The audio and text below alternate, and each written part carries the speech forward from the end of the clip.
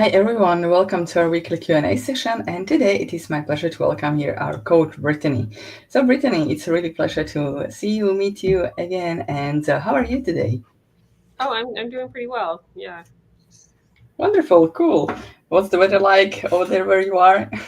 Oh man, it's been really hot lately. The last few days, it's been about 90 degrees. Not sure what that is in Celsius, but today it's cooling down. So it's 20 degrees colder today. So I'm looking forward to like a little cooler weather, so I don't have to sweat so much. Wow, amazing. I'm actually looking forward to a little bit hotter days because here in Slovakia it's a little bit chilly. Not Oh, chilly, but I yeah. could imagine a bit warmer for June. Yeah. So cool. I think we can start with the questions. There are a few questions that have left unanswered from the session I had last week with Coach Chris. So let's look at them. Right. We have a question from Rodolfo Briones. Hello. I'm about 6 months into my recovery. For the past month, I have been sleeping well, but these past 2 days have been pretty much sleepless. My mind keeps going back and thinking about what I felt like at my worst, and I feel like I'm falling for insomnia's old trick again. The fear of fear is really strong. Any advice? Thank you. So, what do you think, Brittany? Yeah, I think it's very common to feel like things are going really well and that you're finally, getting through it. But and then you have like this speed bump where you like feels like you're back at square one. But I think it's just helpful to know that you're not back at square one.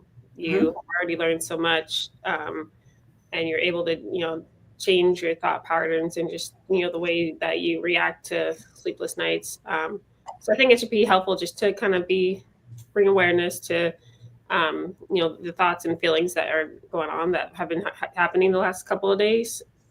Try not to be judgmental about them, about the fact that you're having a little bit more struggle. That's easy to judge that and be like, oh man, this is terrible. I'm going to go back all the way back to my old ways. It's all going to come back to the horrible nights. But like, try to take a step back and be a little kinder to yourself, and just allow yourselves to feel whatever feelings you're having, whether it be a lot of anxiety or frustration. Allow yourself to feel those emotions, and know that you will get through it. It's not forever. It's a temporary thing, and our mind sometimes just needs to go through those speed bumps in order to get um, fully recovered. Like it's never usually smooth sailing. There's always a little roughage as we're going along the journey. So yeah, that's those are my thoughts. What about you, Veronica? Yeah, absolutely. I totally agree. And the speed bumps occur, and maybe one of the teachings from Daniel is called like success regress. When you have a like really good stretch of good nights, we kind of are hoping that this stretch will go on, but with this hope, we are kind of like resisting the bumpiness, and we are putting pressure on ourselves. So really, kind of like inviting even the bumpiness, being okay with it, learning that we can be okay even if the things are bumpy. This can help us to let go of the pressure and help us to sleep well forever. Mhm. Okay, the questions are coming in. Just I'll answer very quickly. Is this live? Yes, this is live. So now we have a question from Mertz. Hi, I had insomnia last November, and thanks to your videos, I solved it. Wonderful. Now I changed a job, and it's all coming back again. I know that I already did it, so I can do it again. But for example, 2 nights ago I had an all-nighter, and last night I was again so anxious, and I took a pill. Now I'm afraid of it again. Just the tiredness I'm feeling day after, and have to consolidate a new job. So, what are your thoughts like when somebody is having this kind of like last hurdle? For example, they in their comfort zone, they were able to sleep, but with the last hurdles, with the new jobs, new responsibilities, it feels like it's all coming back. Yeah, that's I think. issue so many people have. And I know for me, like whenever I would have a change in my routine or just like something big would happen, it would feel like the insomnia is coming back. Mhm. But it can be helpful to know that everybody struggles, even people without insomnia. Many people, if they have like if they start a new job or they go on a big trip or have a baby or whatever it might be, like they struggle with sleep, even if they never really had insomnia. And it's just our hyperarousal. We tend to have more of it when there's something new going on in our life, Mhm. and we can just acknowledge that hyperarousal is there, and try to like work your way through it. You've said you've already been through this insomnia struggle, and it got a lot better. So you already know how to continue down that path. I think that's a great sign that you're you know already you've made so many leaps and bounds. And so I think it's helpful just to realize, okay, this is just a phase. And try to find things that will help you just feel more joy at night. So that way, if you do feel like that hyperarousal is coming back and you start to feel the annoyance of like being awake all night, just befriending wakefulness, just bringing it back to the basics sometimes can be really helpful. Sometimes we like to overthink it, especially if we've been through the journey for so long. We're like there must be something so much more that I need to do, but there's really nothing more that you need to do. In fact, there's the less we do, the better often. So I think just find ways that to help yourself feel more at ease. That can be super helpful. But try not to put so much pressure on yourself, because this is very normal. It will get better. And for me, I know like it felt very frustrating because no one really wants to go back to insomnia land. Even if we have been able to learn to change our reactions and have learned to be more okay with it, we still don't want to go back to it. But just trying to continue to work on letting go and finding those ways to help you just feel at ease, no matter what your experience is or whatever your struggle that you're currently going through. Wonderful answer, Brittany. Thank you so much for sharing. Maybe what I would just add uh, to Mert's, uh, it just very often we put so much pressure on ourselves to perform at work, especially when the work is new. And yeah, I would pull in like one of the Daniel's teachings, which is called like detective work, and he's like literally saying like when you uh, just see when you have a bumpy night that you can perform well or even at least good enough, right? Because it's maybe too much to strive for perfection. It puts like too much pressure on us. And when we just really are good enough, so nobody even notices like that we are not feeling like ourselves, but on the inside we experience all this turmoil. But in reality, on the outside, like nobody really notice, right? Because we are our own worst critics. But when you just go and see that, okay, I managed a day at work even when I had a little sleep, then this is a proof for you that you can always pull from, or that you can every time when you enter the night and you feel like, oh my goodness, I have to sleep in order to perform, then you can remind yourself like, hey, I didn't sleep that much, but I still performed well enough at work. So the pressure literally bit by bit will lift, and it will become easier and easier for you to sleep when you literally don't connect directly. Okay, sleep is responsible how I perform. We need to go and look for these cues actively, because sometimes, oh, I felt really bad, I didn't feel good, it was awful day. But in reality, when we just check like, hey, that no catastrophe, nothing terrible happened in reality in the day, then it can help us to uh, put the confidence again piece by piece together. So this is the way to go, Merits, and good luck at your new work. And yeah, let us know how it goes. Cool. We have a question from. I'm sorry, I'm going to mispronounce this, but it's Udhayanti G. It's G. Okay, so G. Hi. I found it too scary when people say they didn't have a wink of sleep for 5 days, and it drives me crazy. It makes me uncomfortable in the recovery process. So, what do you think, Brittany? Yeah, I think it can be very yeah, it can feel a little scary to hear about other people's stories. To like personalize them and like, oh man, what if that happens to me? Mhm. I think taking a step back, like realize everybody's journey is different, and many of those people that have struggled for many nights, like even though like it's really hard in the moment, they're able to look back and say that they were still safe and they were still like they were fine, even if it felt like really hard. And they were able to get through it and get back to like and eventually back to sleep. So I think it can be very easy to get stuck in the what ifs and to also worry about what could happen, as well as how like much you're going to struggle in that moment. But our brain likes to tell us this stories that are much worse than reality often. So if you can just listen to the stories going on in your brain, like, oh, what if this happens and then I don't sleep for this night, and then continues on and so on. Just listen to that, but also kind of like realize and tell your brain that it's just a story.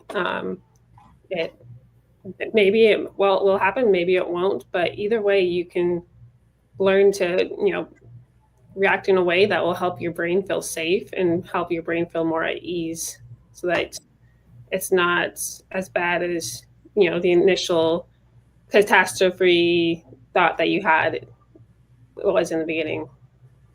Hmm. Absolutely. Thank you so much for sharing, Brittany.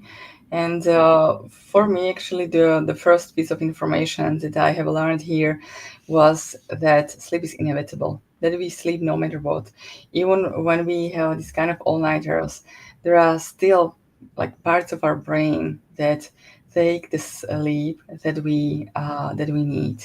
And this sleep might not be restful, might not be conscious, like I know I slept, but still our brains are super resilient. They're survival machines, and they wouldn't do anything that would hurt us.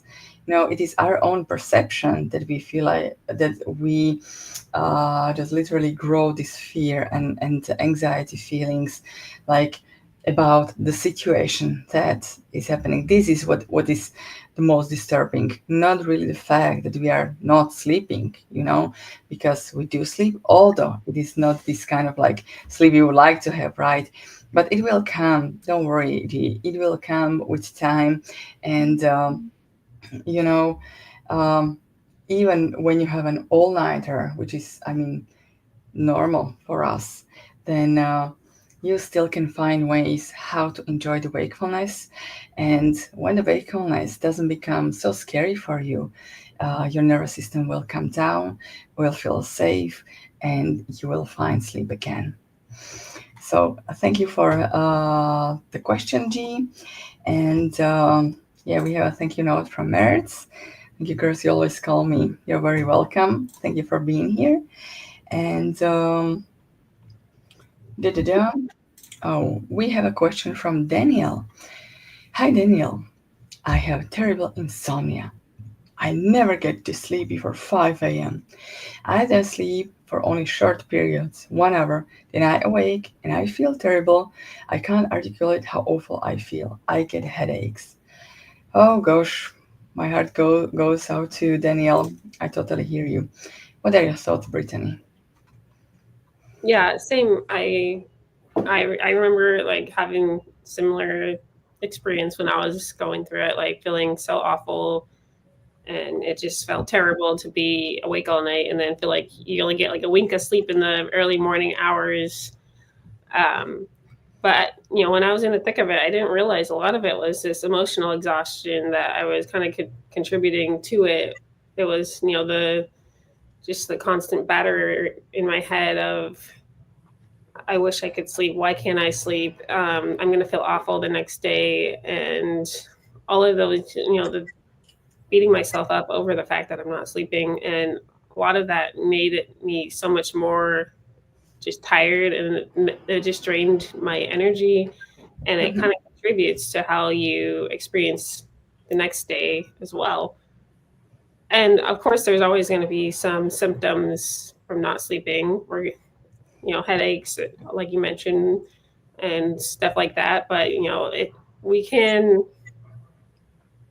yeah. So going off my own experience, like as I started to recover, like the sleep didn't come right away. What did come is like my ability to still feel okay in the moment, even when I would be awake for most of the night. Like the next day, I could still enjoy, and I could still do things that I normally would have done before insomnia.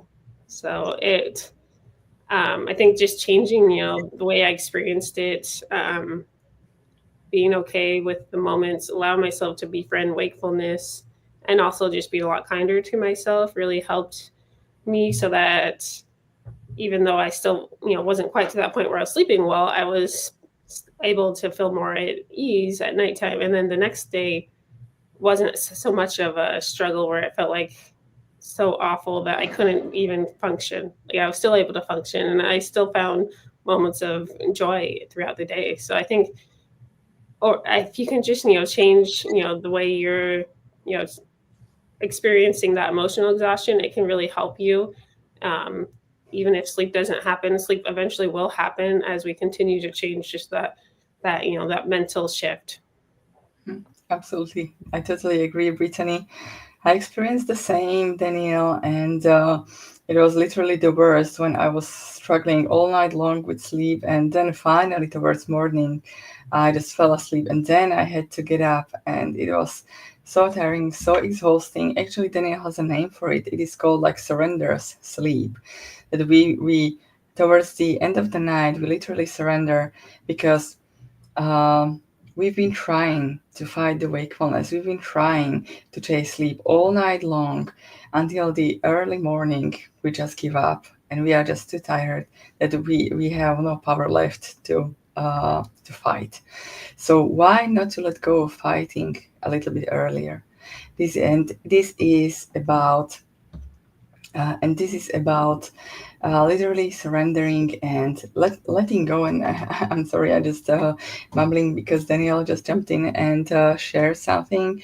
Thank you. At times I will pass out on the couch. I'm here, and it's 75 minutes later. Yes, this is absolutely also very common because on the couch we have no expectations of sleep. That's why there is no pressure, and without pressure, then sleep can happen, right? So, but the moment we move to bed, we're like, okay, I have to do something. I have to do sleep. And with this kind of like doing, then sleep is really difficult to happen. So I think it feels like you are really new to the channel, Danielle. Please feel free to check the videos, the success stories, the playlists, or if you feel like you need more personal support, explore our other options like one-on-ones, like Insomnia Immunity Program or BedTyme. And yeah, I wish you good luck on your journey. Cool. And we have a question from Javier. So hi, Javier. Guys, I'm on antidepressants for the past 5 years. I'm trying to get off from them, but without them, I'm unable to sleep. What do I do? So, what do you think, Brittany? How can we support Javier? Yeah, I think it can be tough when you're on medication, and we often attribute our sleep to it when we're on it. So it can be hard to get off of it. First off, I always like to make sure that someone isn't just getting off medication, because I think they should. Like if you really want to, then yeah, it's definitely great to get off of it. But some people just feel like, well, I should be getting off medication. But if it's something that like you feel like is like a form of self care, and like you like it's something that's brought only good to your life, then there's nothing wrong with getting off it. But if you do have like this conflict, like I don't really want to be on these meds, and I kind of would like to get off them, then it's totally like a good step to work your way towards getting off of them. Yeah, but it can be helpful to know that no medication actually makes you sleep. That's our own sleep drive that, you know, actually creates sleep. Medication just kind of helps our, you know, our mind to let go of that need to control, so that we, um, sorry, getting some random message up on my computer. Um, yeah, so then we kind of delegate it to the medication, and that way we kind of let go of that control. So if you can just kind of be aware of that your medication is not what's helping you sleep, it's just kind of been like a little bit of an aid to help you let go of some of that control. That can be helpful, and just realize that your body always has that ability to sleep on its own. It's never lost it. No medication can make it lose it. That can be helpful. And just know that there always will be a little bit of struggle when you're, you know, taking something away like a medication. And try to just go into it with that embracing mindset. I'm going to embrace that there will be struggle, but I know my body can do this. My body still has that ability to sleep. And once you, like, you know, push through that, push through the fear, and allow yourself to experience it, then you will get over it, that hump, and then you will be able to sleep again without meds. Yeah, absolutely. Um, just what I would like to also add is that it's first of all, like, work with your doctor, just to uh, get a plan like how to win off of them. Never do it yourself. Then secondly, it's very normal to experience some bumpiness when we are getting off of something that was like a crutch for us, that was a support for us. So it's very normal to have less sleep, to feel like I can't sleep without pill, because the first night you are lowering your dose or you are not taking a pill, you are simply monitoring, okay, how do I behave, or how do I experience the night when I'm not taking the crutch, I'm not supporting my my body, my brain, the way I've been supporting it in the past 5 years, right? So it's very normal that the hyperarousal goes up and the sleep feels more bumpy. But if you hold on, it could take 1, 2, 3 weeks. And if you just stay strong and just keep along with this lower dose, your sleep again will settle. And then you lower the dose again a little bit. Hyperarousal goes up. You get nervous. You believe I can't sleep on this lower dose, and then again you just keep going. Your brain will see there is nothing wrong with it, we are safe, and you just get used to this lower dose, and so on and so on and so on. And really, just like Brittany mentioned, it's not about taking pill, not taking pill, about the milligrams dosage, about what type of antidepressants. It's about the the trust we have in ourselves, in our ability to sleep. And when this trust is broken, then it's really hard for us to sleep, because we've been for such a long time relying on something outside of ourselves that it will create sleep for us. Then it is a journey to again to give back trust to our bodies. Cool. We have a thank you note for Javier for answering my questions. Of course, anytime, feel free to reach out. And I think we can wrap up here. Thank you so much for being here, Brittany, for answering the questions. Thank you, everybody, for your wonderful questions, for being here. And yeah, if anybody is interested in having a one-on-one with Brittany, I will share a link under this video. Bye bye. Take care. Bye, guys.